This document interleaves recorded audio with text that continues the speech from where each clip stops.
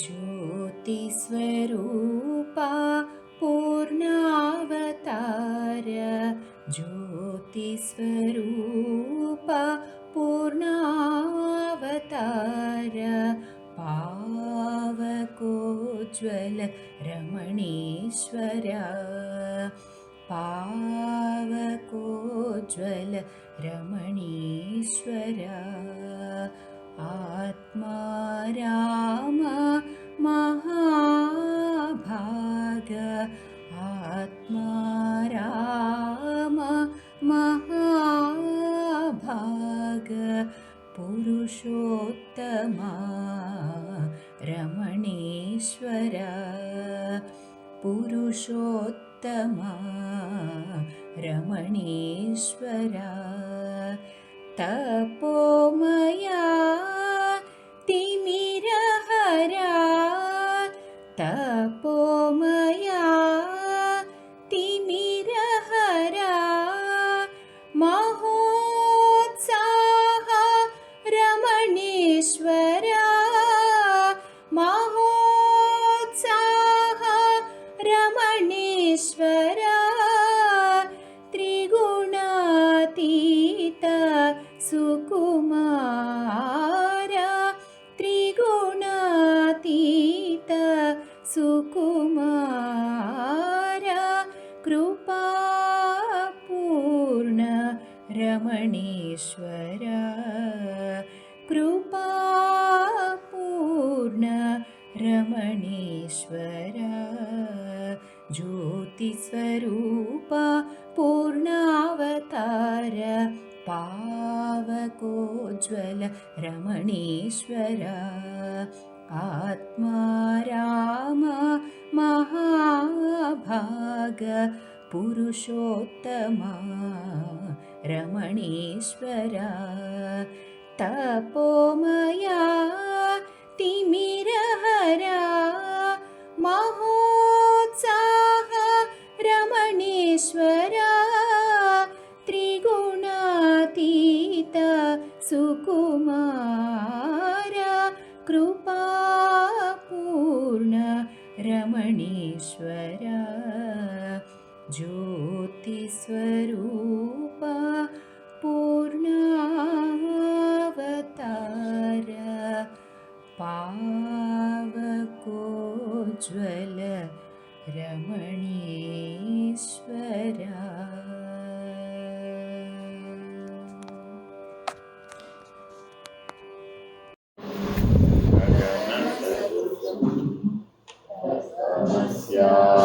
समस्यादिलक्ष्यम् एकं नित्यं विमलमचलम् सर्वधी साक्षिभूतम् भावातीतं त्रिगुणरहितं सद्गुरुं तं नमामि। नमो ब्रह्मादिभ्यो ब्रह्मविद्या सम्प्रदायेभ्यो वंश ऋषिभ्यो आभ्यो नमो गुरुभ्यः सर्वोपप्लवरहित प्रज्ञानघन प्रत्यगतो नैवाहमस्मि अहं पदार्थरहितः सदाशिवसमारम्भाः व्यासशङ्करमध्यमाम् अस्मदाचार्यपर्यन्ताम् वन्दे गुरुपरम्पराम्। हरि ओम् श्रीगुरुभ्यो नमः। हरि ओम् निर्भयानन्दाय विद्महे अचलपरिपूर्णाय धीमहि तन्नो परात्परप्रचोदयात्। ॐ साईश्वराय विद्महे सत्यदेवाय धीमहि तन्नः सर्वः प्रचोदयात्। ॐ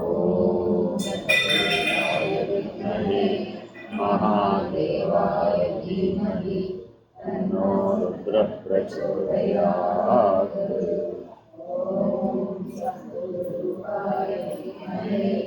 ज्ञानबोधामृताय धीमहि तन्नो श्रीविद्यासागरः प्रचोदयात् स्वात्मानन्दाय विद्महे अखिलपरिपूर्णानन्दाय धीमहि तन्नो देशिकेन्द्रः प्रचोदयात् हरि ओम श्री गुरुभ्यो नमः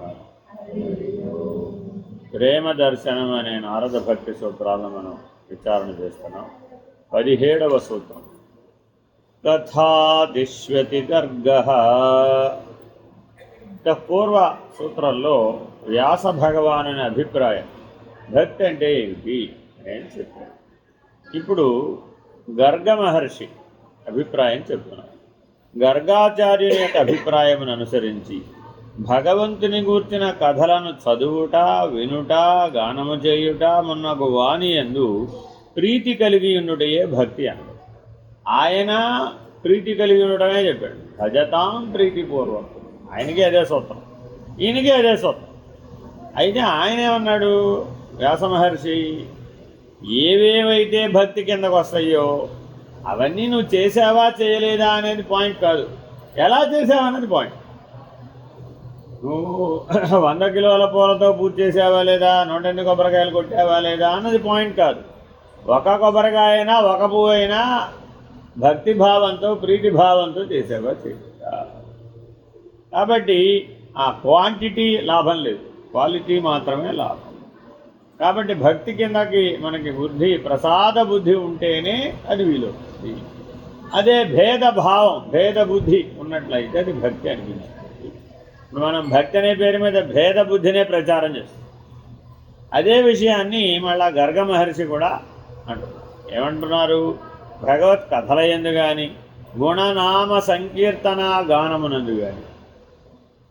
చాలామంది ఇప్పుడు సంగీత శాస్త్రం చదువుకున్న వాళ్ళందరూ పాటలు పాడుతున్నారా లేదా? మరి త్యాగరాజ స్వామి ఏమన్నారు, సంగీతం పాడే వాళ్ళందరికీ మోక్షం వస్తున్నాడా రాదన్నాడా? వస్తున్నాడా రాదన్నాడా? రాదన్నాడు.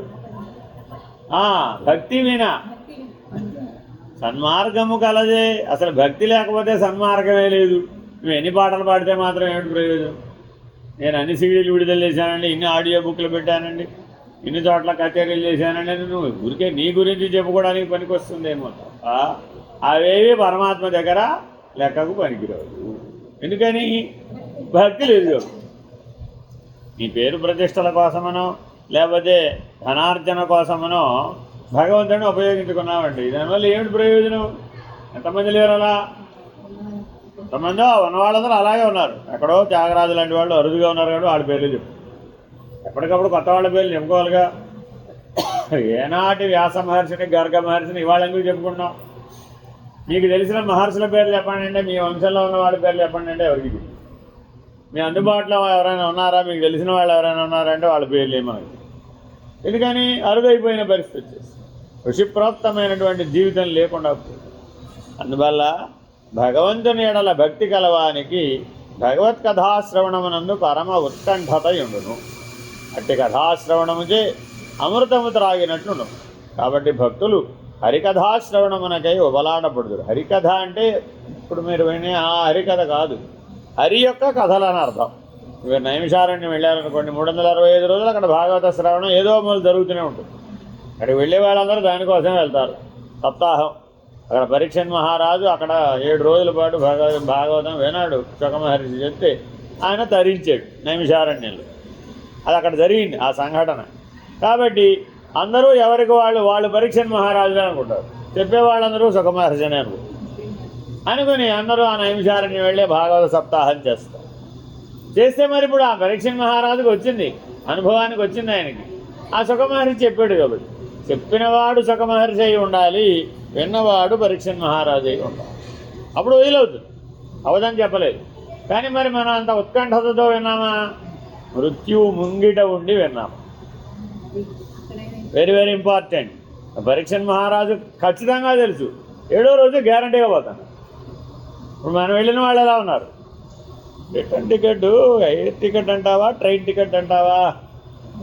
ఎందుకని వెళ్ళేటప్పుడే రిటర్న్ టికెట్ కూడా బుక్ చేసుకో, అంటే గ్యారంటీగా ఇంటికి వస్తాడని. మాకు సంబంధించిన వాడు ఇంటికి ఎందుకు వస్తాడండి, అడ్డించటే వెళ్ళిపోతాడు. సాయుధ్య స్థితిని పొందినవాడు ఇంటికి మళ్ళీ తిరిగి వస్తాడా? ప్రతిరోజు ఫోన్లో మొబైల్లో చెప్తూ ఉంటాడు, అక్కడ ఏమన్నా బాగానే ఉన్నాను, భోజనాలు బాగానే ఉన్నాయి, ఇక్కడ హోటల్ బాగానే ఉంది, భాగవత కథ బాగానే చెప్తున్నారు, పొద్దున సాయంత్రం ఒక గంట సేపు చెప్తున్నారు, బాగుంది. నైమిషారణ్యంలో ఆ చక్రతీర్థంలో స్నానం చేశాను, విశేషాలు వివరాలన్నీ ప్రపంచంతో షేర్ చేసుకుంటూ ఉంటాడు. మరి ఇప్పుడు వీడు మృత్యుమంగడు ఉన్నట్టేనా, ఈయన పరీక్ష మహారాజేనా?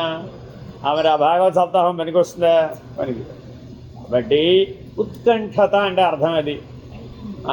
కంఠం మీద కత్తి పెడితే లేకపోతే కంఠానికి కనుక ప్రాణం బిగుసుకుపోతే చివరి దశలో ఏమైపోతుందట, కంఠగతమై ప్రాణం నిలుస్తుందట. వస్తే ఉన్నట్టు, లేకపోతే పోయింది. అటువంటి ఉత్కంఠతతో వినాలట భగవత్కథ. అలాంటి వాడికి మాత్రమే అది పోయేది. సరే, కాబట్టి అట్టి అవకాశం దొరికినప్పుడు దానిని సద్వినియోగం నడుచుకుంది. మరియు భక్తులు వారి సమయమును భగవత్కథలను చదువుట ఎందు కానీ, గానమనర్చుట ఎందు కానీ, చర్చించుట ఎందును కానీ వినియోగిస్తారు.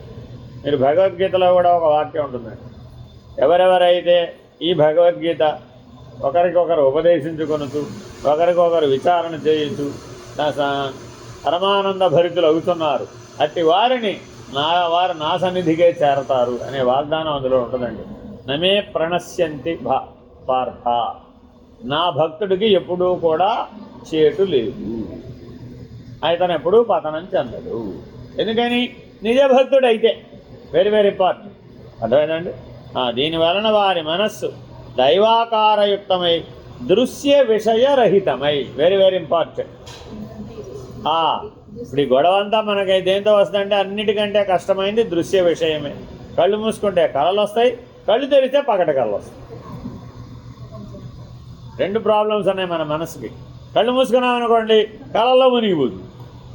నీ వాసనలు, నీ గుణాలు, నీ పాత్రలు, నీ వ్యవహారాలు అన్నీ కళలో వస్తాయి.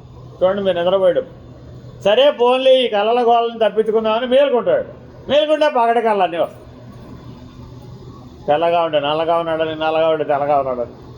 భ్రాంతిగతమైనటువంటి దృష్టి చేత జగత్ సంబంధమైన విషయ సంబంధమైనటువంటి అనేక రకాల దృశ్య విషయాలలో కొట్టుకుపోతూ మీరు రీల్స్ చూస్తూ ఉంటే చాలండి, అంతే. ఎన్ని రోజులు, ఎన్ని నెలలు, ఎన్ని సంవత్సరాలైనా గడిచిపో, అంతే. అందులో ఏ ఒక్కటి మీకు వెనుక వచ్చేదేమో ఏమైనా ఉంటుందా? ఇవన్నీ లోక సంబంధమే ఉంటాయి, అన్నీ అరిషడ్ వర్గాలతో కూడుకున్నవే ఉంటాయి. మీరు ఏ సినిమా అయినా తీయండి, అరిషడ్ వర్గాలు లేకుండా తీయండి చూద్దాం. పోనీ ఎవరి జీవితం అయినా చెప్పండి, అరిషడ్ వర్గాలు లేని జీవితం చెప్పండి. ఎందుకని ఆ అరిషడ్ వర్గాలన్నీ దృశ్య విషయాలే, అంతేనా కాదా? రోడ్డు మీద వెళ్తూ ఉంటుందండి, అక్కడ ఏదో చీరల షాపులో బయట ఒక బొమ్మ పెడతాడు, ప్లాస్టిక్ బొమ్మ పెడతాడు, దానికి ఒక చీర అందంగా కడతాడు, అంతేనా కాదా? ఈవిడ చూస్తుంది, మరి ఈవిడ చూసి బా ఎంత బాగుందో, కానీ ఆ బొమ్మ వల్ల ఈవిడ ఉండాలి కదా, ఆ బొమ్మ వల్ల ఈవిడ ఉంది ఏమిటి? లేదు కదా. తీరా కొనుక్కుని ఈవిడ కట్టుకుంటుంది, ఎలా ఉంది ఏమిటి అది? అరే బొమ్మ కడితే బాగుందిగా, నీ కడితే బాగుంటుందని చెప్పేటట్టు వాడేమో దృశ్య విషయం, అంతే. సరేలే సర్దుబాటు చేసుకుంటుంది, నేను కూడా బాగానే ఉన్నాను అనుకుంటుంది. మరి ఇట్లాగా ఇవన్నీ దృశ్య విషయాలే. కాశీ వెళతారండి, విశ్వేశ్వర దర్శనం కోసం వెళ్తారు, వచ్చేటప్పుడు సిల్క్ చీరలు వెళ్ళి, దాంతో నీకేం పని వచ్చింది? విశ్వేశ్వర దర్శనం అయిన వాడికి మధ్యలో ఈ సిల్క్ చీరల గొడవ ఎందుకు? అదేమిటి, ఎవరు వెళ్తే అక్కడ పని చేసుకురావద్దు ఏమిటి? మరి అప్పుడు ఏమైపోయింది? దృశ్య విషయమే. ఎక్కడికక్కడ మీరు చూసుకోండి, ఏ క్షేత్రానికి మీరు వెళ్ళండి, మిమ్మల్ని దృశ్య విషయం ప్రధానమైనటువంటి అంశం నుంచి పక్కకు లాక్కుపోతుంది. నాకేంటి అంటుంది లోపలికి. కనీసం ఒక్క దండన్నా తేవచ్చు కదా. హైదరాబాద్ వెళ్ళావు, ముత్యాలు దొరుకుతాయి బాగా, ఒక్క ముత్యాల దండ తెచ్చావు. నాకు తెలియదు, నాకు అసలు తోతదుగా మనకి.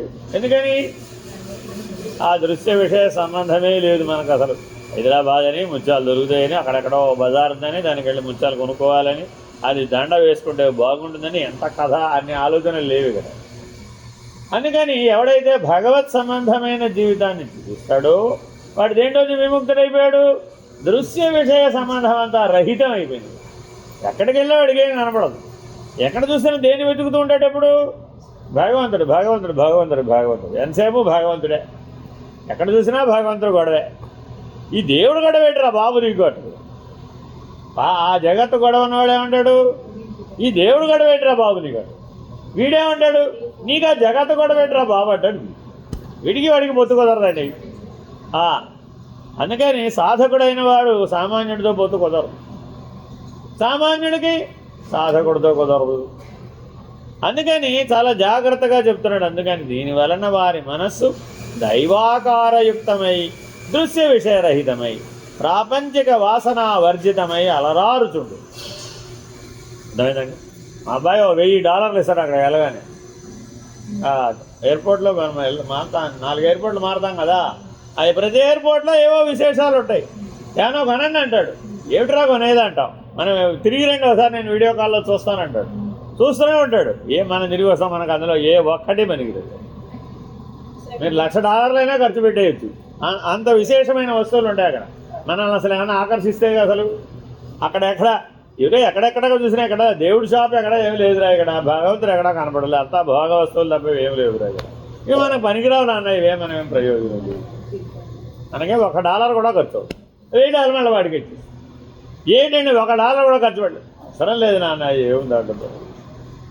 ఎందుకని మనకు ఆ విషయ సంబంధమైన పరిజ్ఞానము లేదు, ఇచ్ఛ లేదు. అదే ఇచ్ఛ ఉందనుకోండి, నువ్వు ఆటోమేటిక్గా పరిజ్ఞానాన్ని సంపాదిస్తావు. ఎవరికైనా ఏమైనా కొనొచ్చు కదా, పోనీ వెళ్ళేటప్పుడైనా వాళ్ళకో టీషర్టు, వీళ్ళకో షార్టు, వాళ్ళకో జర్కిను, వీళ్ళకి అది వాళ్ళకి ఇది పట్టుకెళ్ళ. ఏంట్రా ఎవరికైనా మనం పట్టుకెళ్ళి వాడికి కావాల్సిన వాడు అక్కడ వాడే కొనుక్కుంటాడు. మనం బులుగు పట్టుకెళ్తే వాడు ఎర్రది కావాలంటాడు, ఎర్రది పట్టుకెళ్తే బులుగుది కావాలంటాడు. ఎందుకు వచ్చారో కావాలన్నా ఇదేనా కదా? మీరు చూడండి, మీరేదో వాడికి ఏదో అపరూప వస్తువును కొనుక్కొని పట్టుకెళ్తారండి. అందులో వాడికి వస్తువు బాగానే ఉంది కానీ రంగు నచ్చలేదు. అయ్యో విన్నాను అలా పొరపాటున ఆయన ఎప్పుడో ఒకప్పుడు పుట్టి బుద్ధిరిగిన తర్వాత వాళ్ళ ఆవిడకి చీర కొనలేదు అనుకోండి, ఎప్పుడో ఒకసారి కొందామని అనిపించి కొన్నాడు అనుకోండి. చీర బాగానే ఉంది కానీ ఈ రంగు నాకు ఆల్రెడీ ఉంది, నువ్వు నన్ను ఎందుకు అడగలేదు, నేను వేరే రంగు చెప్పేదానికి. ఇప్పుడు ఈవిడితో ఎందుకు వచ్చేస్తా కదా మనకి, అసలు ఆ గొడవ వదిలేస్తే ఏ గొడవ. అందుకని భక్తుడైనటువంటి వాడు జగత్ సంబంధమైనటువంటి వాడిని తానే పూనుకొని వదిలేసుకోడు. ఎందుకని వాడు మ్యాచ్ అవ్వడు దానికంటే, అన్మ్యాచ్డ్. మరి మ్యాచ్ అవ్వని దాంట్లో ఎంతకాలం జరుగుతున్న పని జరగదు కదా. అందుకని దైవాకారయుక్తమైనటువంటి ఎవరికైతే మనస్సు ఉంటుందో వారికి దృశ్య విషయరహితమై ప్రాపంచిక వాసన వివర్జితమై, వెరీ వెరీ ఇంపార్టెంట్. వాడికి శాస్త్ర వాసన కానీ, దేహవాసన కానీ, లోకవాసన కానీ ఏం స్ఫురించవాడికి, ఎంతసేపు దేవుడే. అలరారుతుండు తత్ఫలితముగా వారు పరమానందమును పరమశాంతిని పడగలుగుతుంది. మామూలుగా సాధారణంగా ఇక్కడి నుంచి అమెరికా వెళ్ళాలంటే 24 గంటలు 30 గంటలు పడుతుందండి. మరి 24-30 గంటలు మరి ఏం చేస్తావు ప్లేన్లో ఎక్కి? ఏం చేయాలి? 30 గంటలు అలా గడవాలి. ఏం చేస్తారు మీరు అంటే 30 గంటలు పెద్ద విషయం ఏముంది నాన్న, ఇక్కడ ఎగితే అక్కడ దిగుతాం. ఒకసారి కళ్ళు మూసి కూర్చుంటే 10 గంటలు అయ్యేపోయి మళ్ళీ దిగుతాం, పరిగెడతాం. మళ్ళీ కళ్ళు మూసి కూర్చుంటే 10 గంటలు అయిపోతే మళ్ళీ దిగుతాం, పరిగెడతాం. మళ్ళీ కూర్చుంటే 10 గంటలు తీరేస్తాం. అంతే 30 అవర్స్ పడుతుంది. సో కాబట్టి మరి మధ్యలో లేవర్లు ఉంటాయిగా, మరి అన్నీ కలిపితే 30 గంటలు అవుతుంది. సో మరి ఇప్పుడు మనకి పెద్ద విషయం ఏమి నాన్న, మరి నిద్రపోతారా? నిద్ర అవసరం లేదు నాన్న మనకి. జెట్ ల్యాగ్ అదేం లేవు, జెట్ ల్యాగులు గట్రా లేవండి నాన్న. ఎందుకని పగలు రాత్రి మనకి భేదం తెలిస్తే అసలు ఇక్కడున్నా తెలియదు, అక్కడున్నా తెలియదు. కాబట్టి ఏ గొడవ ఉంది ఇప్పుడు మనకి? ఏ గొడవ లేదు, ఏ ఇబ్బంది ఉంది? ఏ ఇబ్బంది? 30 గంటలే కానీ 40 గంటలు 50 గంటలైనా నాకేం తెలియదు నాన్న. ఎలా అయినా ఓకే మనకి. ఎక్కడ కూర్చుంటే ఏముంది? శరీరంలో నువ్వు శరీరిగా విడిపోయావండి, అశరీరిగా కూడా విడిపోయావు. ఇంకే ఎక్కడ పోతే మనకే, బ్రహ్మాండం ఎక్కడికి పోతే మనకేమిటి, పిండాండం ఎక్కడికి పోతే మనకే అని సహజంగా సాక్షిగా ఉంటుంది. అప్పుడు మరి అతనికి వాసనామయమైన దేహం పనిచేయదు, ఇక కారణ శరీరం పనిచేయదు, సూక్ష్మ శరీరం పనిచేయదు, స్థూల శరీరం పడి ఉంటుంది. దానికైనా పనే పాటు మహాకారణ శరీరంతో వెళ్ళిపోతూ. అప్పుడు ఏమైపోయింది? సులభమే, అత్యంత సులభం జీవితం, ఏ గొడవ లేదు. వీళ్ళు ఏదో మూట కట్టిస్తారు, మీరు దారిలో తింటానండి తినండి అంటూ వీళ్ళు ఏదో ఇస్తారు, అక్కడే వాడు పెట్టే. మనకు అవన్నీ ఏం అవసరం లేదండి అంట. వాడు ఏం పెడితే అవి తినేస్తానమ్మా నేను. అదేంటి వాడు పెట్టిన ఎలా తింటారు మీరు? అసలేమో స్వామీజీలు అలా రామా అన్ని బ్రహ్మ పదార్థమేనమ్మా. అదే ఇంటి దగ్గర ఇవి మడిగా కట్టిస్తేనే ఏదో దెబ్బ రొట్టె కట్టిస్తే అదే బ్రహ్మ పదార్థమును వాడు పెట్టేది బ్రహ్మ పదార్థం కాదా? అలా నాకు ఆ భేదం ఏం లేదమ్మా, నేనేం పట్టుకెళ్ళాను. అందుకని పులిహార రొట్టెలు గట్రాలు ఏం తీసుకెళ్ళండి, అట్లా ఉన్నాను అట్లా ఎక్కేస్తానండి. బట్టలు కూడా ఏం పట్టుకెళ్ళను, అక్కడ ఆల్రెడీ అక్కడికి వెళ్ళిన తర్వాత వాడి బట్టలే వేసుకుంటాను, అక్కడే వదిలేస్తాను, వచ్చేస్తాను. ఏం వెళ్ళేటప్పుడు కూడా ఏం బట్టలు గట్రాలు ఏం పట్టుకెళ్ళను. ఏం పుస్తకాలు అనే పుస్తకాలతో మనకు పనే లేదు. అట్లాగా స్వేచ్ఛగా వెళ్ళిపోతాను. వాళ్ళకేమన్నా కావాల్సి వస్తే అదిగో సర్దుకుంటారా బాబా, ఆ సూట్ కేసు వేసి అక్కడ పడేస్తాం. మనం పడేసేది ఏముంది, ఏరోప్లేన్ వాడే పడేస్తాం. అట్లాగా బంధరాహిత్యంతో జీవించడం రావాలి నీకు. అప్పుడేమైపోయింది, ఏ గొడవ లేదు, నిశ్చింత, ఏ చింత లేదు మనకి. వాడు ఏం పెడితే తింటాను రా, అదేమిటి అవేలా సరిపోతే సరిపోతే అన్నీ అవే సరిపోతాయి. అది ఆల్రెడీ లెక్కంటే ఇస్తాడు, మనకేం బాగాలి. ఇట్లా చాలా జాగ్రత్తగా తనను తాను తీర్చిదిద్దుకుంటాడు. ఎప్పుడైతే తనను తాను అట్లా తీర్చిదిద్దుకున్నాడో అతను ఏమైపోయాడు, ఇప్పుడు పరమానందమును పరమశాంతిని అనుభవిస్తూ ఉంటాడు. అలాంటి స్థితి నీకు లేకపోతే నువ్వు జగత్తు చేత బాధించబడు. నీ లోపల పరమానందం పరమశాంతి కనుక ఉందనుకోండి, ఇంకా జగత్తుతో నీకు సంబంధం తెగి, ఇది గుర్తుపెట్టుకో.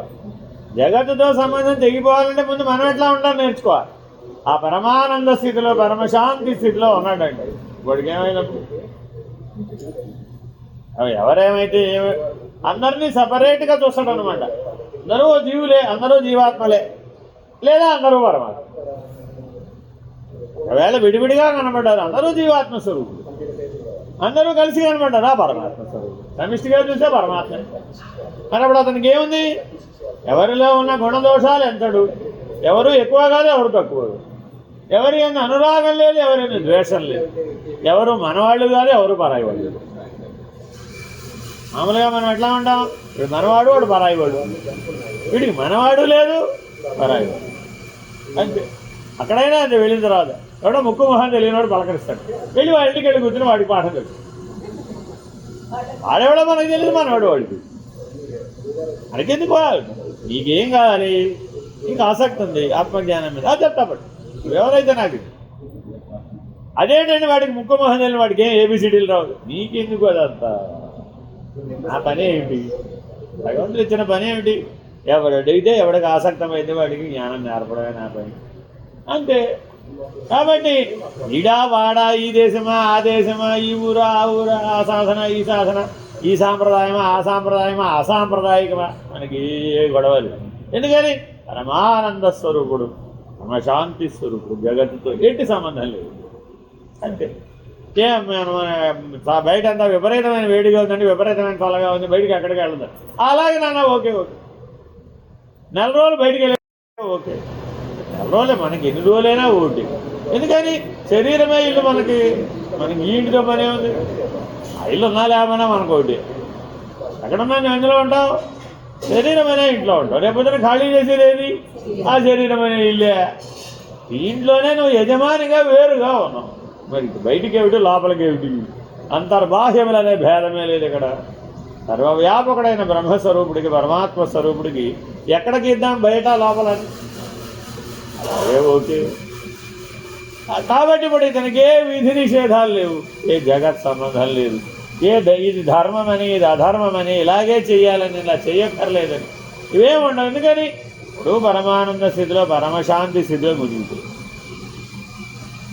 పరీక్షణ్ మహారాజు సుఖమహర్షి ద్వారా భగవత్ కథాశ్రవణము గావించి 7 రోజులలోనే ఎంతయో ఆధ్యాత్మిక అభివృద్ధిని పొందగలిగిన కదా. ముముక్షువులు, జిజ్ఞాసువులు, భక్తులు భగవత్ కథలనిన మహోత్సాహమును చూపుతూ అవే ఎప్పుడు లభించినాయని వీళ్ళూరుతుందరు. ఒకప్పుడు వారే స్వయముగా దైవ కథలను బోధించు గ్రంథములను చదువుతుందరు, బోధించుతుండ్రు. అందుకని ఏం చెప్తున్నాడు, పఠనము పాఠనం, యజనము యాజనం, షట్కర్మము, 6 కర్మలు చేయాలండి మనం. భక్తుడైన వాడు, ముముక్షువు, జ్ఞాని 6 కర్మలు చేయాలండి. ఏమిటవి? పఠనము పాఠనం, తాను చదవాలి, ఇది చదివించాలి. ఇంకోటి ఏమిటి?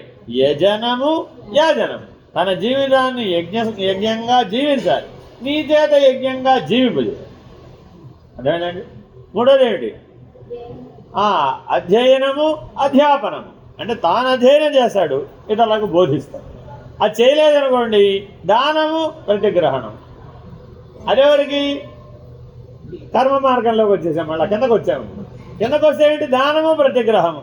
నీవు ఇచ్చిన కర్మలన్నీ నేను పుచ్చుకుంటాను, నీకు జ్ఞానాన్ని. కాబట్టి జ్ఞాని ఎవరింటికి వెళ్ళినా ఏం పుచ్చుకోవాలి? వాడు గుప్పటి అన్నం పెట్టాడని కాదు, ప్రతి మెతుకుతో ఆ యజమాని ఇచ్చినటువంటి కర్మను స్వీకరించాడు. ప్రతి మెతుక్కి బాధ్యుడే. కాబట్టి ఆయన దానంగా ఏమి ఇచ్చినా దాంతోపాటు ఆయన కర్మలన్నీ ఇచ్చేస్తాడు. ఆ కర్మలన్నీ పుచ్చుకోవచ్చు. ఆయన తాంబూలం ఇచ్చాడంటే ఊరికే ఇచ్చాడు, దాంతోపాటు ఆయన మనోభావాలన్నీ ఇచ్చేస్తాడు. ఆయన ఇచ్చినా ఇవ్వకపోయినా అమ్మవారు ఇచ్చేస్తాడు. ఎందుకని? నువ్వు సర్వవ్యాపకుడు, ఎవరు కాదంటావు, ఎవరినవునంటావు. అర్థమైందండి? మరి ఇప్పుడు మన అమెరికా సభ్యులంతా ఉన్నారు, వీళ్ళందరూ ఎప్పుడో కలిసిన వాళ్ళు. ఎవరో ఒకరింటికి వెళ్తామండి, ఎవరో ఒకరు పిలుస్తారు, వాళ్ళ ఇంటికి వెళ్తాం, వాళ్ళ చుట్టుపక్కల ఉన్న వాళ్ళని పిలుస్తారు. ఆ వచ్చిన వాళ్ళు మేము మీకోసమే ఎప్పటి నుంచో ఎదురు చూస్తున్నామండి. మరి ఇప్పుడు వాడికి మనం అభయం ఇస్తామా ఇవ్వా? Don't worry, I'm here, I will take care అని చెప్పేస్తామండి. ఓసారి వాగ్దానం చెప్తే ఇంకా అయిపోయినట్టు. జీవితకాలం మనం కట్టుబడి ఉంటాం. వాడు కట్టుబడి ఉన్నా లేకపోయినా మనం కట్టుబడి ఉండాల్సి. ఎందుకని? పరమాత్మ ముందు మనం మాట్లాడుతున్నది ఎవరు? పరమాత్మ. నీ వాక్కులో నీ కంఠస్థానంలో ఎవరున్నారా అంటే పరమాత్మ. అదేనమ్మా, అతను ఏదో ఒక భగవంతుడిని ఆశ్రయించి శరణాగతి పొంది ఉంటాడండి, అవునా కదా? మరి అతనికి భగవంతుడు ఎలా ఆశీర్వదనం చేస్తాడు? ఓ జ్ఞాని వెళతాడు వాడున్న ప్రాంతానికి, వెళితే వాడు వస్తాడు. వస్తే ఏం చేయాలి? అంతే. మరి అప్పుడు అంతే, అతని జీవిత సమస్యలన్నీ మనమే. అది నేను ఒక్కడే తీసుకున్నాండి. నిన్ను, నీ కుటుంబాన్ని, ఎవరైనా నీ వెనకాల నీ కర్మ సంబంధికులు ఎంతమంది ఉంటే ఇవన్నీ నాకు చెప్తావుగా. మరి అప్పుడు నేను ఓహో నాదే అనుకుని వింటారు. అది ఎందుకని? నీకు నాకు భేదం లేదు కాబట్టి అని చూస్తా. పరమాత్మ అంటే ఏంటి? నీకు నాకు భేదం లేదనేవాడే పరమాత్మ. జీవాత్మ అంటే ఏంటి? నీకు నాకు భేదం ఉందనేవాడే జీవాత్మ. అదేనండి, ఇది తేడా. భక్తి అనేటటువంటి లక్షణం వచ్చేసింది అనుకోండి, వెంటనే నీకు నాకు భేదం లేదు అనే దృష్టి వచ్చేస్తుంది. అప్పుడు అనన్య భక్తి అందరిలోనూ కనబడుతుంది. అంతటా పరమాత్మని దర్శించడానికి సులభమైన మార్గం. ఎవరిలో లేడు పరమాత్మ. వాళ్ళు వేరే గురువుని ఆశ్రయించి ఉండవచ్చు, వేరే దైవాన్ని పూజిస్తూ ఉండవచ్చు, వారి సాంప్రదాయ మార్గాల్లో జీవిస్తూ ఉండవచ్చు. కానీ భక్తి ఉంది వాడికి భక్తి ఉందండి బాబు, అది చాలు వాడికి అర్హత. అర్థమైందండి? మరి ఏంటమ్మా అని పలకరించాల్సింది మనమే. ఎందుకని? పరమాత్మకు వాగ్దానం చేశాంగా, అది టేక్ కేర్ అన్నాంగా. మరి ఏమ్మా ఏమిటి సంగతి, ఎక్కడ దాకా వచ్చావు? కాళ, తార, భువనేశ్వర. అదే దశమహావిద్య ఉపాసన చేస్తుంటాడండి. మాటికి అడుగుతూ ఉంటాం, ఏమమ్మా ఏంటి సంగతి, ఎక్కడ దాకా వచ్చింది? కమలాత్మిక దాకా వచ్చింది దాకా కథ. ఇంకా రాలే స్వామి అంటుంది. సరే అయిపోయాది, ఏదైనా అవసరం వస్తే అడుగమ్మా అనే వాళ్ళని అడుగుతుంటాం. వాళ్ళు మనల్ని అడగరుగా. ఎందుకని? వాళ్ళ పనిలో వాడు భగవంతుడు నమ్మి ఉన్నాడు అంతే. ఏ భగవంతుడు అయితే మనకి అమ్మ అయినా ఒకటే, అయ్యి అయినా ఒకటే. నేనేం లేదండి బాబాని నమ్మానండి ఒక. అలాగేనమ్మా, బాబా నమ్మితే మమ్మల్ని నమ్మినట్టే. ఎందుకని? మాకంతా పరమాత్మ ఒకటే. నువ్వు ఏ పేరెట్టుకున్నా మాకే ఉంది. నువ్వు షిరిడి సాయిబాబా అంటే ఏమిటి, సత్యసాయిబాబా అంటే. బయట అప్పటిదాకా సత్యసాయిబాబా ఫోటో లేదు, షిరిడి సాయిబాబా అని. బయటంతా కూడా షిరిడియే. మీరు అమెరికాలో కూడా షిరిడి సాయి మందిరాలు ఉంటాయి. లేదంటే ఇంటికి వెళ్ళాం. ఇంటికి వెళ్తే మన వ్యవహారం ఏమో ఇది. మేము సత్యసాయిబాబా నమ్మమండి అన్నారు వాళ్ళ కుటుంబ సభ్యులు. మీ నమ్మకంతో మాకేం పేరు. ఇది మీకు ఎవరిని కావాలంటే వాళ్ళు నమ్ముకోండి. మిమ్మల్ని మీరు నమ్మండి. మొట్టమొదటి మీరు ఎవరినో నమ్మడం కాదు, ముందు మిమ్మల్ని మీరు నమ్మండి. ఆత్మవిశ్వాసం కలిగి ఉండండి. భగవంతుడు ఏ అవతారంలో వచ్చినా ఏం చెప్పాడు? నీ ఆత్మవిశ్వాసాన్ని పెంచడానికి అవతరిస్తుంది. అర్జునుడికి భగవద్గీత చెప్పడం ద్వారా ఏం చేశాడు? అతని ఆత్మవిశ్వాసాన్ని మేలుకొల్పు. అందువల్ల ఆ పని అతను చేయగలడు. కాబట్టి జ్ఞానం అంటే ఏమిటంటే నా వల్ల ఏమీ కాదని కాడి కింద పారేసిన వాడి చేత మహత్తరమైనటువంటి పనులు చేయిస్తాడు అనమాట. ఎందుకని? నువ్వు ఆత్మస్వరూపుడివి, నీలో అతీతమైన జ్ఞానం ఉంది, అతీతమైన శక్తులు ఉన్నాయి. నువ్వు దేన్నైనా దాటగలవు, అధిగమించగలవు. ఇవే ఉన్నాయా? ఈ కష్టమేం పెద్ద విషయం కాదు. నేను చూస్తాను ఏం కంగారు ఉన్నా. Don't worry, I'm here. అదేనండి, భగవాన్ బాబా వారు అవతార్ మెహర్ బాబా ఒకటే వాక్యం చెప్పేవారు, don't worry, be happy. Be happy. తర్వాత ఆల్ ఈజ్ వెల్. 3 మాటలండి. ఏంటండి అది? Don't worry, be happy, all is well. ఏదో బాగాలేదని వస్తావు ప్రతిసారి. ఎప్పుడు వచ్చినా ఒకటి బాగాలేదని వస్తుంది. ఇదేనా? డాక్టర్ దగ్గర పోయిన ప్రతిసారి ఏమంటావు? ఒకసారి కన్ను బాగాలేదంటే, ఒకసారి కాలు బాగాలేదండి, ఒకసారి ఇంకోటితో బాగాలేదు. ఏదో ఒకటి బాగాలేదని డాక్టర్ వెళ్ళిపోతుంది. అంతేనా కదా? డాక్టర్ ఏమన్నాడు? ఫైనల్గా డాక్టర్ ఏం చెప్పాడు? అన్నీ వెరిఫై చేశాను, all is well, all is okay, అన్ని విటమిన్లు బాగున్నాయి, అన్నీ బాగున్నాయి. కొద్దిగా నీరసం ఉంది, కొద్దిగా ఈ మల్టీవిటమిన్ టాబ్లెట్ వేసి సరిపోదు, చాలు వా. ఏమిటండి మీరు, నేను అది బాగాలేదు ఇది బాగాలేదు అంతా బాగానే ఉన్నాయంట పెట్టంటావు. ఇవరయ్యా, నేను కాదా, రిపోర్ట్ చెప్తాను, చూసుకో రిపోర్ట్. నీ గుండె బాగుంది, నీ ఆర్గాన్స్ అన్నీ బాగున్నాయి, అన్నీ పర్ఫెక్ట్గా పనిచేస్తున్నాయి, ఎవ్రీథింగ్ ఇది ఓకే. ఇక తేడా ఎప్పుడూ ఉంటుందిలే, అది సరి చేసుకోవాలి, సరి చేద్దాం. మరి ఇప్పుడు ఆ ధైర్యం ఇచ్చాడా లేదా? నా చేత ఏమీ కాదని వెళ్ళావు, నీ చేత ఏం కాకపోవడమేమిటి అని ఒక వారం రోజుల్లో మొత్తం అంతా తగ్గించేసి అలా నిన్ను దైనందిన జీవన స్రవంతిలోకి తూచేస్తాను. పరమాత్మ కూడా అంతే. ఆయన బదులు ఏమైనా యుద్ధం చేశాడా? నేనేం చేయను, నేను ఇచ్చిన మాట మీద నేనే నిలబడదా, నీ బదులు నేనేం యుద్ధం చేయను, నువ్వు చేసేట్టుగా నేను చూస్తాను. ఏం చేస్తాడండి? నువ్వు ఆ యుద్ధం చేసేటట్టు నేను చూస్తా, అంతే. అప్పుడు నువ్వే గెలుస్తావు. కాబట్టి నీలో ఆత్మవిశ్వాసాన్ని మేల్కొలపడమే భక్తి యొక్క మొదటి ప్రయోజనం. అర్థమైందండి? ఇవాళ చాలా ప్రయోజనాలు ఉన్నాయి.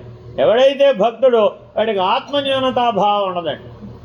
మామూలుగా ప్రపంచంలో మనం జీవిస్తున్నప్పుడు మనకి ఎప్పుడు వచ్చేది ఏమిటంటే ఆత్మన్యూనతాభావం. నా వల్ల ఏమీ కాదండి బాబు, నేను చేతులు ఎత్తేసాను, మునిగిపోయారండి బాబు, అంతా నష్టం వచ్చేసిందండి బాబు, నా వల్ల ఏం ప్రయోజనం లేదండి, నేను నిష్ప్రయోజకుడు, వేసుకోలేను అని ఇన్ఫీరియారిటీ కాంప్లెక్స్కి లోనవుతాడు. ఏమిటయ్యా, నువ్వు పరమాత్మ స్వరూపుడు అయ్యా బాబు, నేను హీనుణ్ణి, హీనోయం దీనోయం పాపోయం అంటావేమిటి అంటాడు. నువ్వు హీనుడివి కాదు, దీనుడివి కాదు, పాపివి కాదు, నువ్వు అమృత స్వరూపుడు, దివ్యాత్మస్వరూపుడు, నీకు బ్రహ్మాండాన్ని నడిపించగలిగేటంత శక్తి ఉందయ్యా అని నీ శక్తిని నీకు గుర్తు చేస్తుంది. అప్పుడేమైంది? అయిపోయి నీ కాంప్లెక్స్ అంతా అర్థమైందండి. ఇలాగా జాగ్రత్తగా ఆ పరీక్షన్ మహారాజుకి శుక మహర్షి చెప్పి ఆయనకేం చేశాడు? అవి ఎప్పుడు లభించున్నాయని వీళ్ళు విరుతుందరు. ఒకప్పుడు వారే స్వయముగా దైవ కథలను బోధించు గ్రంథములను చదువుతుందరు, బోధించుతుందరు. ఈ విధముగా సత్కాలక్షేపము చేయించు దైవ వాతావరణమునందే కాలమును గడుపుతూ భక్తుల జీవితమును ఆనందమయముగా ఉనర్చుకుంటూ. సులభమే కదా. అప్పుడు మరి భక్తి రసాయనాన్ని పుచ్చుకోవడం వల్ల దాంతోపాటు మనకేం లభించింది? ఆనందం అనే రసాయనం లభించింది. తరగని ఆనందం. మిగిలినవన్నీ తరిగిపోయే ఆనందాలు, అనుభవిస్తూ ఉంటే తరిగిపోతూ ఉంటుంది. మీరు చూసుకోవడం కావాల్సి వస్తే దీనికి భగవాన్ బాబావారు ఒక ఉపమానం చెప్తారండి. తరగని ఆనందం, తరిగిపోయే ఆనందం ఎలా తెలుసుకోవాలి? భార్య గారిని బాగా అక్కడెక్కడో చూసి ప్రేమించి పెళ్లి చేసుకొని మోహించినటువంటి వాడు ఒక ఆయన ఉన్నాడు అనుకోండి. బాగా 16 ఏళ్ళు డేటింగ్ చేసి లివింగ్ టుగెదర్ కూడా చేసి బాగా ప్రేమించి పెళ్లి చేసుకున్నాడండి. పెళ్లి చేసుకున్న మొదటి సంవత్సరం ఇద్దరు బీచ్లో నడుస్తున్నారట. అక్కడేవో ముళ్ళు గట్రాలు ఉంటాయి కదా, అయ్యయ్యో నువ్వు ముళ్ళ మీద నడుస్తావా రాళ్ళ మీద నడుస్తావా అని ఎత్తుకొని నడుస్తాడు మొదటి సంవత్సరం. రెండవ సంవత్సరం మళ్ళీ అదే బీచ్లో నడుస్తారట. ఈసారి అక్కడ ముళ్ళు రాళ్ళు ఉన్నాయి, నేను ఎత్తుకుని నడవడం కుదరదు, పోయిన సంవత్సరం అంటే ఎత్తుకుని నడిచాను కానీ ఇప్పుడు ఎత్తుకోలేను నేను, చూసుకున్నాడు అమ్మ కాస్త పక్కగా నడు అని చెప్తాడు. మూడవ సంవత్సరం మళ్ళీ అదే బీచ్లో నడుస్తారట. ఇప్పుడు పిల్లాడు వచ్చేస్తారు కదా, మరి నేను పిల్లాడిని చూసుకున్నాను, నీ సంగతి నువ్వు చూసుకో అంటాడు. నాలుగవ సంవత్సరం వెళతారట. నువ్వు వెళ్ళి నేను ఇక్కడే ఉంటానంటాడు. మరి ఇప్పుడు ఏమైంది? తరగని ఆనందమా, తరిగిపోయిన ఆనందమా? తరిగిపోతూ ఉంటుంది అలాగా. కాబట్టి జగద్ విషయాలన్నీ ఏవైనా సరే అవి వాసనామయమైనటువంటివి. అది దేహవాసనైనా, శాస్త్రవాసనైనా, లోకవాసనైనా తరిగిపోయే ఆనందాన్ని ఇస్తాయే తప్ప, మారిపోయే ఆనందాన్ని ఇస్తాయే తప్ప శాశ్వత ఆనందప్రదం పరమానందము, పరమశాంతి అవి లభించాయి. 18వ సూత్రం ఆత్మరత్య విరోధేనేది శాండిల్య. ఈ శాండిల్య మహర్షి గొప్ప సూత్రాలు రచించాడండి. ఇప్పటికీ కూడా కలియుగంలో ఈ శాండిల్య సూత్రాలకు చాలా విలువ. ఈయన గొప్ప మహర్షి. ఈయన చెప్పాడు, భక్తి అంటే ఏమిటయ్యా? ఆత్మానుభవాన్ని పొందడమే భక్తి అన్నాడు. మిగిలినవి భక్తి కాదండి. చూడండి ఏమంటున్నారు, ఆత్మానుభూతికి అడ్డు కలగని విధమున మెలగొటయ్యే భక్తి అని శాండిల్య మహర్షి యొక్క అభిప్రాయం. నేను భక్తుడిని, నేను పాటలు పాడాను, భజనలు చేశాను, పూజలు చేశాను, జపాలు చేశాను, అభిషేకాలు చేశాను, అర్చనలు చేశాను, నవేద భక్తి మార్గాలు ఆచరించాను అంటున్నావు కదా, మరి ఆత్మానుభూతి కలిగిందా? కలగలేదా? అయితే అది భక్తి. అది భక్తి ఎప్పుడైంది? అది ఆచరించడం వల్ల నీకు ఆత్మానుభూతి కలిగితేనే అది భక్తి. కాబట్టి ఆత్మానుభూతికి అనుకూలమైనటువంటి జీవితమే భక్తి. ఆత్మానుభూతి కలగకపోతే నువ్వెంత మహాభక్తుడివైనా వేస్ట్. ఎందుకని? ఆత్మానుభూతి అనేది పరమాత్మ దగ్గర మొదటి ఎంట్రీ టికెట్. అది ఉంటే నేను లోపలికి పోతాడు, లేకపోతే పోనివాడు. పరమాత్మ యొక్క సన్నిధానంలో మనం స్థిరంగా ఉండాలి అంటే మనకి అర్హత ఏమిటంటే అంటే ఆత్మనిష్ట, ఆత్మానుభూతి కలిగినటువంటి వాడికి పరమాత్మ వద్ద ఎంట్రీ. భగవంతుడు చరాచర ప్రాణికోట్ల యొక్క హృదయాంతరాళమున ఆత్మరూపమును వెలయుతున్నాడు. దూరస్థం శాంతికే చ తత్ అను గీతావాక్యానుసారం అందులో ఏమంటున్నాడు? తద్దూరే తద్వంశికే. ఎంత దూరం ఉందండి నీకు నీ ఆత్మకి అని అడుగుతున్నాడు. దశోపనిషత్తులో కూడా ఉంటుందండి. నీకు నీ ఆత్మకి ఎంత దూరం ఉంది అంటే అంటున్నాడు దానంత దూరం లేదు, దానంత దగ్గర లేదు. అంటే తద్దూరే తద్వంతికే, దానంత పొడవైంది లేదు, దానంత పొట్టిది లేదు, దానంత విశాలమైనది లేదు, దానంత చిన్నది లేదు అంటాడు. ఇట్లాగే చెప్తాడు ఆత్మ గురించి. అంతే. ఇలాగే ఆన్సర్ ఇదే ఉంటుంది. నేను అడిగిన ప్రశ్న ఆత్మ అనగా ఏమి అంటే దానంత దగ్గరది లేదు, దానంత దూరంది లేదు, దానంత పొడుగుది లేదు, దానంత పొట్టిది లేదు, దానంత విశాలమైనది లేదు, దానంత అణుస్వరూపం లేదు, పరమాణు స్వరూపమై ఉన్నది, బ్రహ్మాండం అంతా వ్యాపించున్నది. ఇలా చెప్పి తెలుసుకోండి అంతే.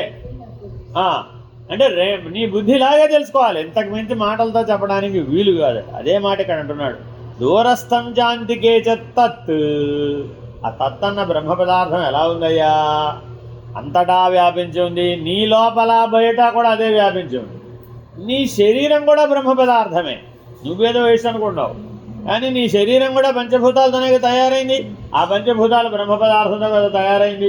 కాబట్టి నీ శరీరం కూడా బ్రహ్మ పదార్థమే. నువ్వు జీవుడు జీవుడు అంటున్నావే, ఆ జీవుడు బ్రహ్మమే. నువ్వు దేవుడు దేవుడు అంటున్నావే, వాడు బ్రహ్మమే. పంచభూతాల సృష్టి అంటున్నావు కదా, అది బ్రహ్మమే. పంచీకరించబడింది అంటున్నావు కదా, 5,5,25 అంటున్నావు కదా, అది నువ్వు బ్రహ్మమే. అపంచీకృతము బ్రహ్మణోరవ్యక్త అవ్యక్తాన్మహత, అది అపంచీకృతం అంటున్నావు కదా, అది నువ్వు బ్రహ్మమే. అది నువ్వు బ్రహ్మమే, ఇది నువ్వు బ్రహ్మమే, ఉన్నదంతా బ్రహ్మమే అన్న నిర్ణయంలో నువ్వు ఉంటే ఆత్మానుభూతి కలుగుతుంది. ఉన్నది ఆత్మ ఒక్కటే. స్త్రీలు లేరు, పురుషులు లేరు, అర్థమైందండి? బాలురు లేరు, వృద్ధులు లేరు అనడు. బాలురు ఆత్మే, వృద్ధులు ఆత్మే, శివము ఆత్మే, శవము ఆత్మే. అలా చూడటం రావాలట. అలా చూస్తే ఆత్మానుభూతి కలుగుతుంది. ఆ దృష్టి లేనిదే అనుభూతి కలగదు. కాబట్టి ఈ విచారణ దేనికోసం అండి? ఆ దృష్టి సంపాదించడానికి. నీకు ఆ దృష్టి కలిగిందనుకోండి, ఆత్మానుభూతి వెంటనే కలుగుతుంది. ఎంత ప్రయత్నించినా నీకు ఆ దృష్టి కలగలేదనుకోండి, అప్పుడు ఆత్మానుభూతి ఎంతకాలమైనా కలగదు. కాబట్టి నీకు ఎటువంటి లక్షణం ఉండాలయ్యా? ఆత్మరత్య విరోధేనేతి శాండిల్య. అతడు ఆత్మరూపమున సమస్త ప్రాణులందు వెలుగుతున్నాడు. నువ్వు వెలిగిపోతున్నావా లేదా? నీలో కళ ఉందా లేదా? ఒక వంకాయ కొనుక్కోవడానికి మార్కెట్కి వెళ్ళారండి. ఏ వంకాయలు కొంటావు?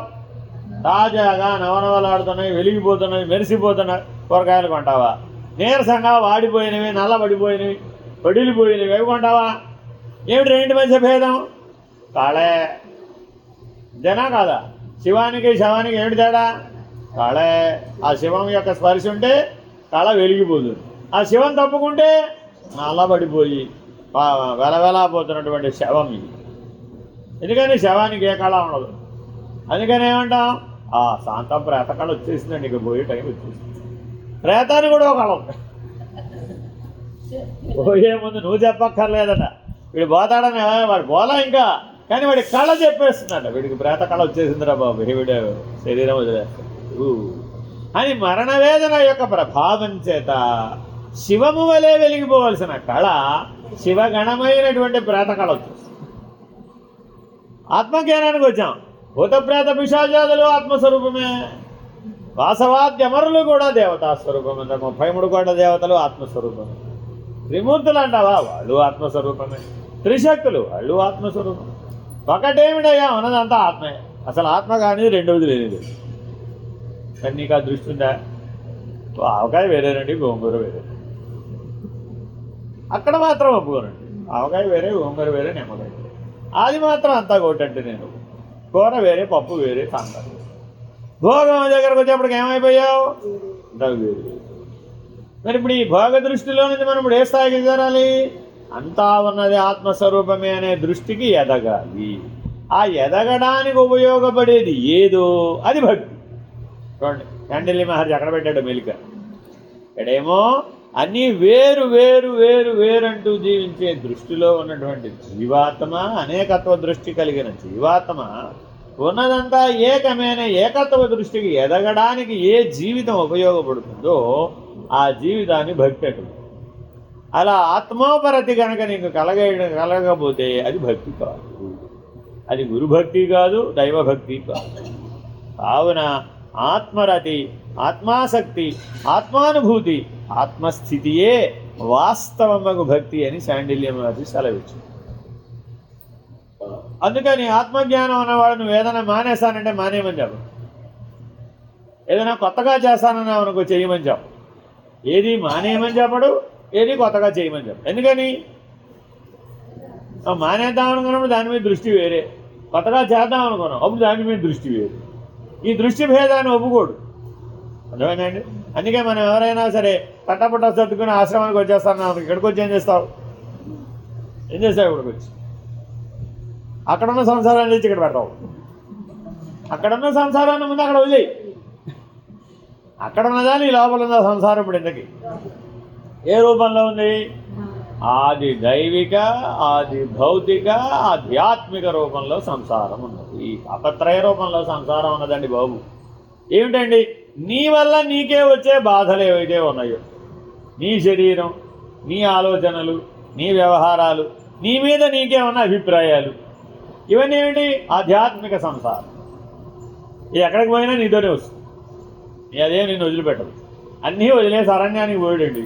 అక్కడ వాడి మనసు లేదా, వాడి బుద్ధి లేదా, వాడి వాసనలు లేవా, వాడి గుణాలు లేవా, వాడి వృత్తులు లేవా, వాడి సంసారం తయారవుదా? ఇప్పుడు అదే సన్యాసం.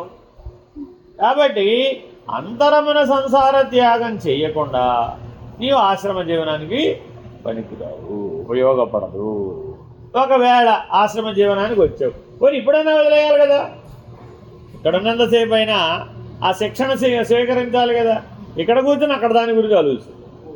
ఏమైపోయినప్పుడు ప్రయోజనమే ఉంది. ఆశ్రమ జీవనం వల్ల ప్రయోజనం అవునండి. కాబట్టి మొట్టమొదటి ఏం వదిలేయాలి? ఆధ్యాత్మిక సంసారాన్ని వదిలేయాలి. అన్నిటికంటే ఆత్మయే సర్వాధికమైనది అనడం ఆధ్యాత్మికత. కానీ నా శరీరమే అన్నిటికంటే విలువైంది అంటారు. నా ఆరోగ్యమే నాకు చాలా ప్రధానమండి బాబు. ఆరోగ్యం చెడిపోతే ఎవరిస్తారు? అబ్బా, జ్ఞానం చెడిపోతే ఎవరిస్తాడు? అది అడగడు. అర్థమైందండి? ఎంతసేపు ఆరోగ్యం చెడిపోతే ఎవడిస్తాడు? ఆరోగ్యమే మహాభాగ్యం ఉంటుంది. అవసరమే కాదంటల్లా, కానీ ఆరోగ్యమే ఆత్మానుభవం అంటే అలాగా అది పనికి, అది వర్కౌట్. కాబట్టి ఆత్మానుభూతి ఒక్కటి మాత్రమే నీ జీవిత లక్ష్యం, ఇంకేవి నీ జీవిత లక్ష్యం కాదు. భక్తుడికి వేరే లక్ష్యం లేనే లేదు. వాడికి ఏమున్నాయండి? 4 మాటలు చెప్పారు. అందుకని ఏమిటది? ఇప్పుడే చెప్పారు 4 మాటలు. అనగా ఆత్మానుసంధానమే వాస్తవమగు భక్తి అని వారు స్పష్టముగా తెలిపి ఉంటుంది. కావున ఆత్మరతి, ఆత్మాసక్తి, ఆత్మానుభూతి, ఆత్మస్థితి ఈ రకంగా మనం పరిణామం చెందాలి. ఆ భక్తులు ప్రారంభమైన విగ్రహారాధనాదుల ద్వారా, పూజాది కైంకర్యముల ద్వారా, నిష్కామ కర్మాచరణ ద్వారా చిత్తశుద్ధిని బడసి, ఆ పిదప విచారణ ద్వారా స్వస్వరూపము ఆత్మను గుర్తెరిగి దాని ఎందే నిలకడగలిగి ఆత్మానందమును గురోలుతుండవారు. నిలకడగలిగి, వెరీ ఇంపార్టెంట్. ఇప్పుడు మన కైవల్యాశ్రమంలో సత్సంగ సభ్యులందరికీ లేని ఏమిటంటే ఈ నిలకడే. విచారణ అంతా చెప్పేశాం, ఇంకే గ్రంథాలు మిగలేదు. అద్వైతం కానీ, ద్వైతం కానీ, మరొకటి కానీ అన్ని గ్రంథాలు అయిపోయినాయి. ఇక ఆఖరికి చెప్తున్నాం. భక్తి సూత్రాలు, యోగ సూత్రాలు, బ్రహ్మసూత్రాలు చెప్తే అన్నీ పూర్తయిపోయినట్టు. ఈ సంవత్సరంతో అన్నీ అయిపోతుంది. కాబట్టి ఇక అప్పుడు మీకు ఏం చెప్పాలి? అప్పుడు ఇక విచారణ చేయడానికి ఏం మిగలేదు. కానీ మనం ఏం కలగాలరా? విచారణ వలన నీ ఆత్మని నీవు గుర్తించగలిగేటటువంటి దృష్టి కలగాలి. గుర్తించాలి. గుర్తించిన తర్వాత ఏం చేయాలి? అలా ఉండాలి, నిలకడ కలిగి ఉండాలి, ఆత్మానందమును అనుభవించాలి. అట్టి ఆత్మానుభూతియే భక్తి అని శాండిల్య మహర్షి యొక్క అభిప్రాయము. 19వ సూత్రం. నారదస్తు తదర్పితాఖిలాచారద తద్విస్మరణే పరమవ్యాకులతేతి.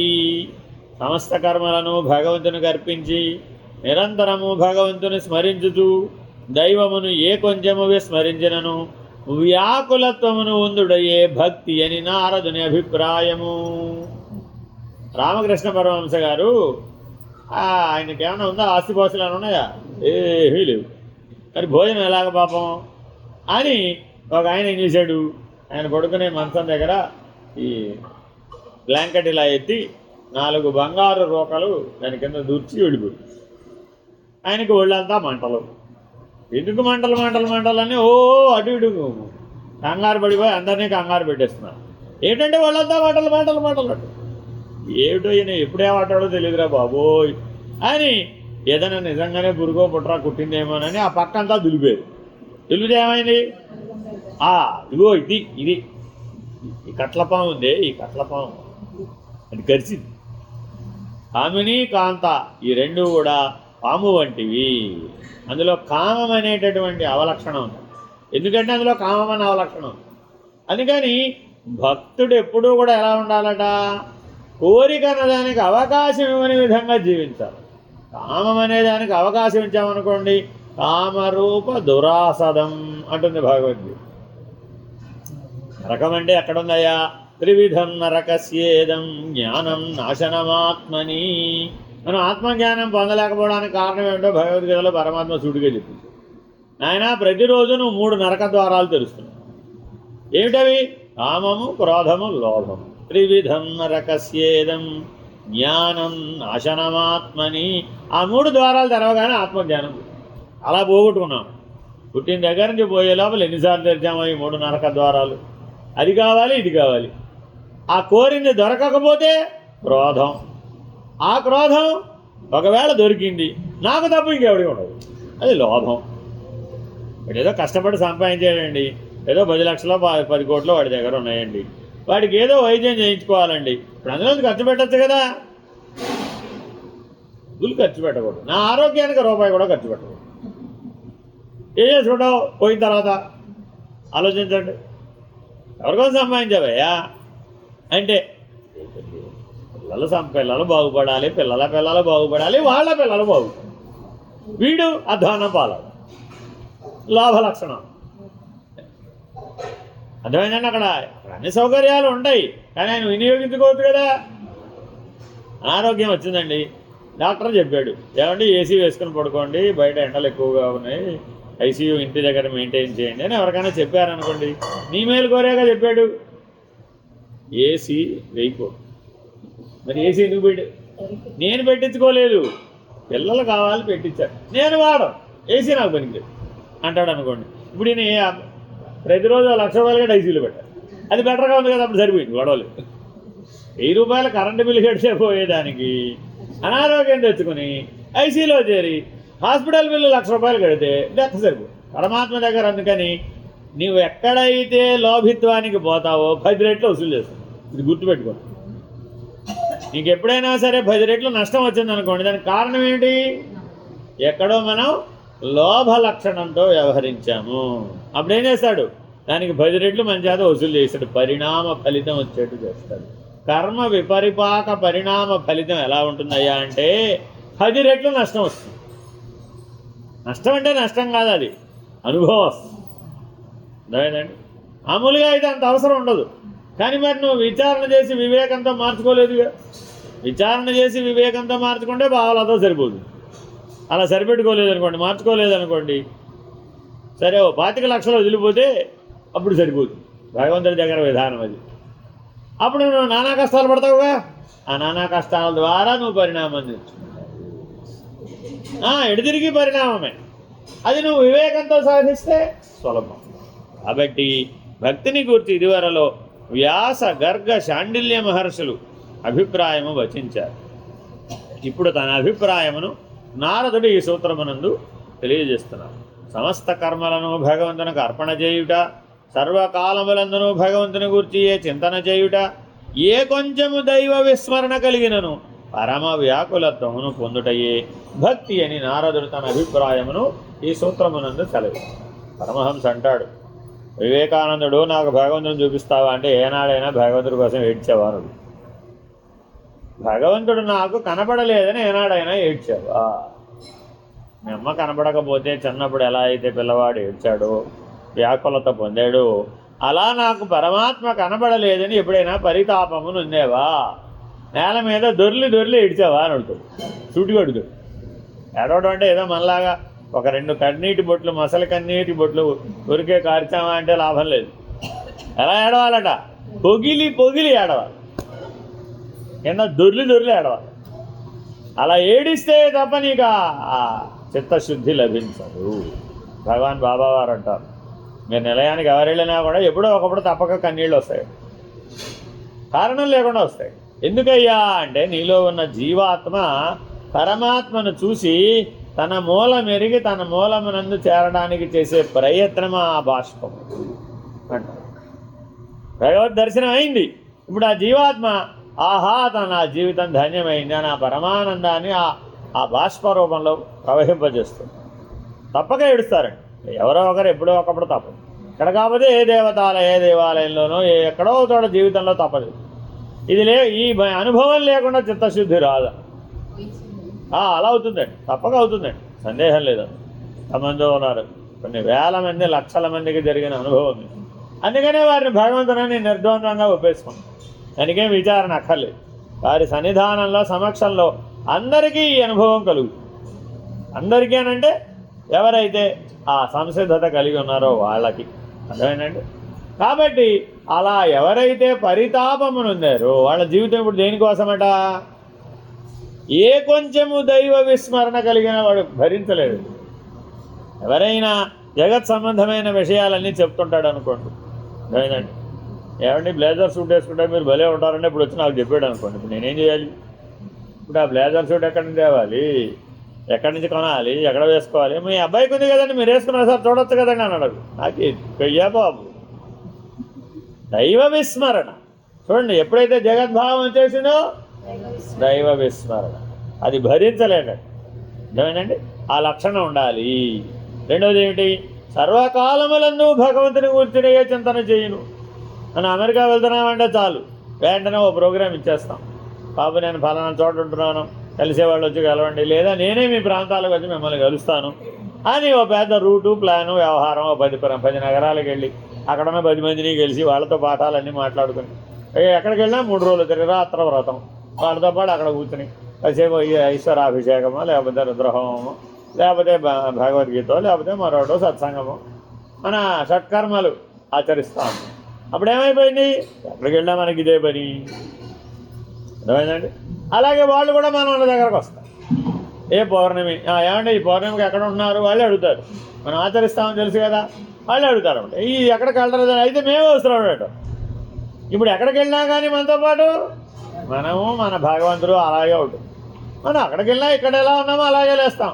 ఇక్కడ ఎలా 4ంటికి 5ంటికి లేస్తామో అలాగే లేస్తాం. మన పని మనది, మన ఆచరణ మనది, మన సుప్రభాతం మనది, మన పూజలు మనవి, మన వ్యవహారం మనది, మన జూమ్ మనదే, మన పాఠాలు మనవే. మన పని అంతా అయిపోతుంది. మన పని అంతా అయిపోయినాక వాళ్ళేస్తాం. వాళ్ళ పని వాళ్ళది, అంతే కదా. వాళ్ళకి ఏదో 5ంటికి మీటింగ్ ఉంటుందండి. ఇప్పుడు 5ంటికి మీటింగ్ ఆలోచిస్తారా, సుప్రభాతం ఆలోచిస్తారా? అది ఇంకా నీ కర్మ వ్యవహారం అవ్వలేదు నాన్న. ఇంకా కర్మ ఎడమివ్వకపోతే నువ్వు భగవంతుడి వైపు తిరిగే అవకాశం లేదు. అందుకని కర్మవేగం ఉపశమించాలి, ప్రాణవేగం ఉపశమించాలి, మనోవేగం ఉపశమించాలి. ఈ 3 ఉపశమిస్తే తప్ప నువ్వు భక్తుడివి కాలేదు. అందరూ భక్తుడే మీరు భక్తులు కాదంటారు. ఎందుకని? కర్మవేగమే ఉపశమించలేదు, మనోవేగమే తగ్గలేదు, ప్రాణవేగం అసలు నీ స్వాధీనంలో లేదు. ప్రాణ మనోబుద్ధులు నీ స్వాధీనంలో లేకుండా నువ్వు భక్తుడు ఎట్ట అవుతావు? అయ్యే అవకాశం లేదు. ఎందుకని? ప్రాణ మనోబుద్ధులు నీ స్వాధీనంలో ఉంటేనే వాటిని ఆత్మానుభూతిలో నువ్వు నిలపగలుగు. ప్రాణమనోబుద్ధులు శరీరం 4వది. ఇది అసలే మన మాట విందా, కూర్చోమంటే కూర్చోదు, నిలబడమంటే నిలబడదు, పడుకోమంటే పడుకోదు. పడుకుంటే ఒళ్ళు నొప్పులు ఉంటుంది, నడిస్తే కాళ్ళు నొప్పులు ఉంటుంది, తింటే పళ్ళు నొప్పులు ఉంటుంది, అప్పుడు చూసినా ఏదో కంప్లైంట్ దాంట్లో, చూస్తే కళ్ళు నొప్పులు. ఏమిటి నాకు అర్థం కాదు. 5,5,25 అతుకుల బొంత, దానికోసం నీ జీవితం అర్థం లేని జీవితం. కాబట్టి చాలా జాగ్రత్తగా గమనిస్తే ఏ కొంచెము దైవ విస్మరణ కలిగినను పరమ వ్యాకులత్వమును పొందుటయే భక్తి. అలాగే సర్వకాలములందును భగవంతుని గురించి ఏ చింతన చేయడం మాత్రమే భక్తి.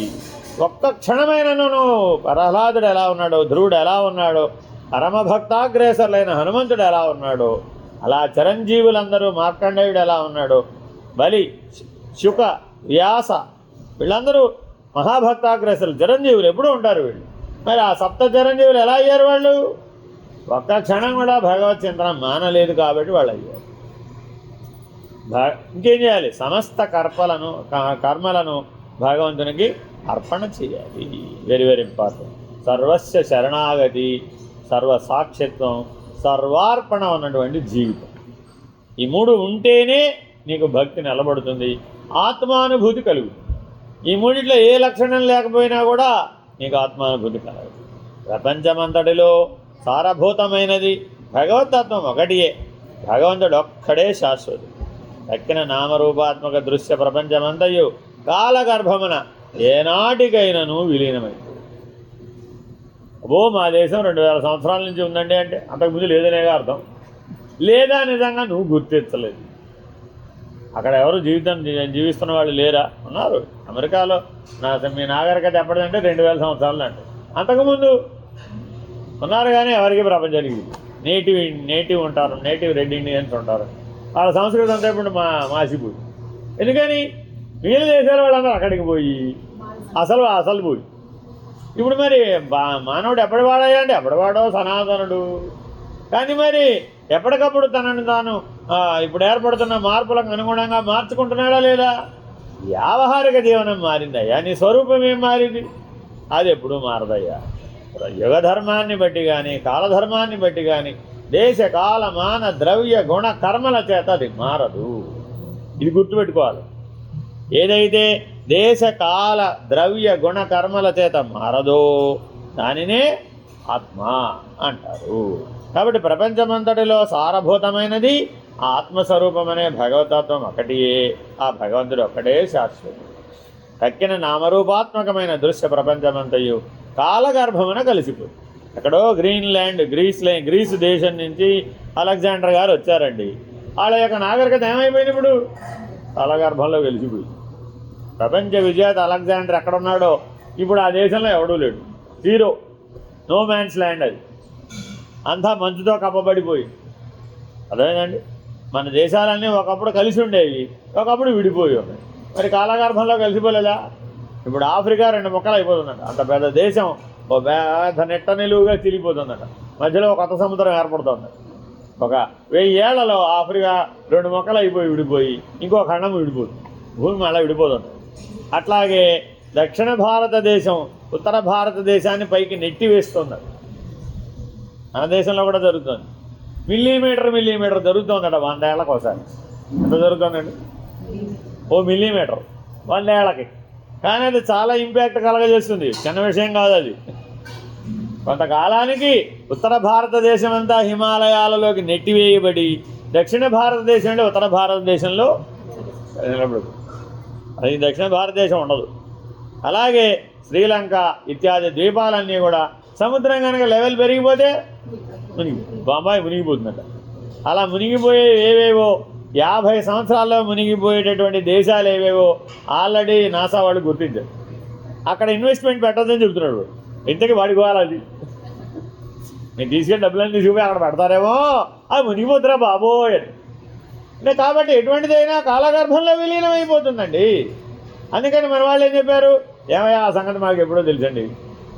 మా వటపత్రశాయి ఆల్రెడీ అంతా మునిగిపోతే దాని మీద హాయిగా మర్యాక మీద మా శ్రీకృష్ణుడు పడుకున్నాడు. ఆ సంగతి మాకు ఎప్పుడో తెలిసింది. అంతా కాలగర్భంలో పోయి మాకు అన్నీ అశాశ్వతమని ఎవరు చెప్పకలేదు. మాకు ఆల్రెడీ పురాణాల్లో చెప్పాను. ఇవాళ వీడేదో కొత్తగా నేను సైంటిఫిక్ రూల్స్ ప్రకారం చెప్పానంటాడు. నీకు 50 ఏళ్ళ వరకే తెలుసయ్యా బాబు, మాకు కల్పాంతం దాకా తెలుసు. మేమేది సత్యం అనుకో, ఇది గ్యారంటీగా పోతుంది అనే అనుకుంటాం. ఇది అశాశ్వతం. జగత్ సంబంధమైనదంతా అశాశ్వతమైనటువంటిది. కావున యుక్తాయుక్తముల నెరిగిన వాడగుడ చేత, వివేకము కలవాడగుడ చేతను భక్తుడు ఇతర వస్తువులపై తన మనస్సును కొనియక భగవంతుని యందే కేంద్రీకరించింది. ఎప్పుడైనా క్షణకాలము దేవుని మరచనతో మహావ్యాకులత్వమును పొందును. అట్టి పరిస్థితి కలగకుండా ఉత్తమ భక్తుడు బహుజాగరూకతతో వ్యవహరించు. దైవ విస్మరణను భక్తుడు సహించలేడు. 1821 మన దైవ విస్మరణను భక్తుడు సహించలేడు. నిరంతర భగవత్ చింతనయందే అతడు కాలము గడుపుతూ పరమానందము నొందుచుండును. Very very important. భక్తి అంటే ఏమిటండి? పరమానందము, పరమశాంతి. ఈ రెండు ఉంటేనే భక్తి. నీ ఆనందం చెదిరిపోయినా భక్తి కాదు, నీ శాంతస్థితి చెదిరిపోయినది భక్తి కాదు. ఆత్మానుభూతి పొందడానికి ఏది ఉపయుక్తమో అట్టి జీవితమే భక్తి. ఆత్మానుభూతి లభించకపోతే అది భక్తి కాదు. నేను అంతకాలం నుంచో భక్తిని ఆచరిస్తున్నానండి అన్నాం అనుకోండి, ఏమిటంటాం? అయితే ఫలితం ఏమొచ్చింది? ఆత్మానుభూతి లభించిందా, లభించలేదా అయితే అదంతా పోయింది. అది చిత్తశుద్ధి వరకే పనికొచ్చిందంటే తప్ప ఆత్మానుభూతికి ఉపయోగపడలేదు. అది అనన్య భక్తిగా మారలేదు, పరాభక్తి స్థితికి చేరుకోలేదు. కాబట్టి అలా చేరేటటువంటి జీవితాన్ని మాత్రమే మనం జీవించాలి. హరి ఓం శ్రీ గురుభ్యో నమః. హరి ఓం. పూర్ణమద పూర్ణమిదం పూర్ణాత్ పూర్ణముదచ్యతే పూర్ణస్య పూర్ణమాదాయ పూర్ణమేవావశిష్యతే. ఓం తత్సత్. ఓం శాంతి శాంతి శాంతి. హరి ఓం శ్రీ గురుభ్యో నమః. హరి ఓం. आत्मज्योति नमो परमात्मज्योति नमो आत्मज्योति नमो परमात्मज्योति नमो अखंड ज्योति नमो मम जीवन ज्योति नमो अखंड ज्योति नमो मम जीवन ज्योति नमो अंतर्यामि नमो श्री सद्गुरु साई नमो अंतर्यामि नमो श्री सद्गुरु साई नमो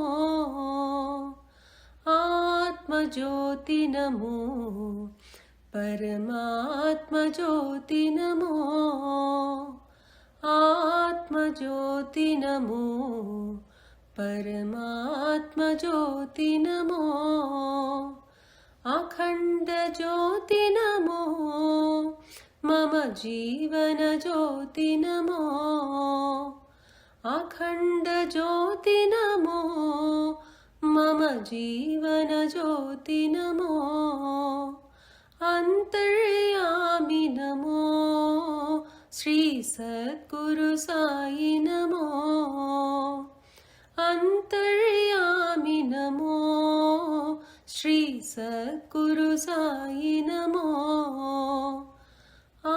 आत्मज्योति नमो